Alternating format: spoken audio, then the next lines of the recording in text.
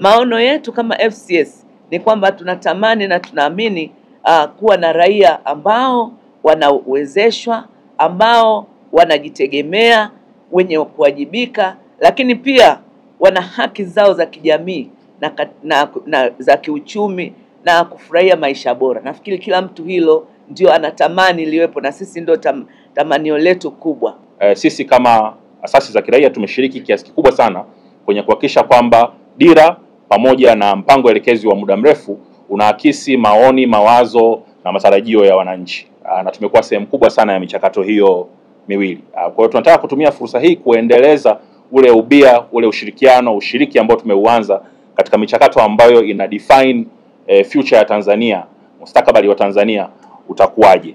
Tukiongea kuhusu maendeleo tunamwangalia mtu. Kwa hiyo tutatumia muda mrefu sana pia kuzungumza kuhusu mwananchi wa Tanzania ikifika mwaka 2050 anafananaje, anakuwa na uwezo upi, yeye mwenyewe kama mwananchi ana interact vipi na serikali yake, ana interact vipi na fursa ambazo zinatokea katika sekta binafsi, fursa za kidunia.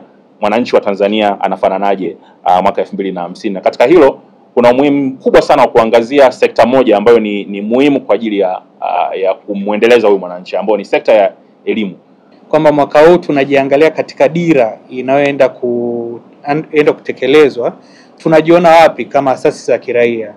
Tunaona huyu mwananchi tunayemtumikia tutamsaidiaje, na sisi kama wanazaki tunajitathminije tunavyoenda mbele? Kwa pamoja tunapojumuisha resources zetu, tunapojumuisha nguvu kazi zetu na tunapojumuisha majukwaa yetu, basi tunakuwa na nafasi ya kuweza kufanya tafakuri za changamoto zilizokuwa katika maendeleo, kujua mahitaji ya Watanzania, kujua pia namna ya kuiposition Tanzania kimaendeleo. Lengo kubwa hasa ni kuleta mashirika yote yasiyo ya kiserikali kukutana, kwa sababu tunafanya kazi za maendeleo kwa ajili ya nchi yetu ya Tanzania.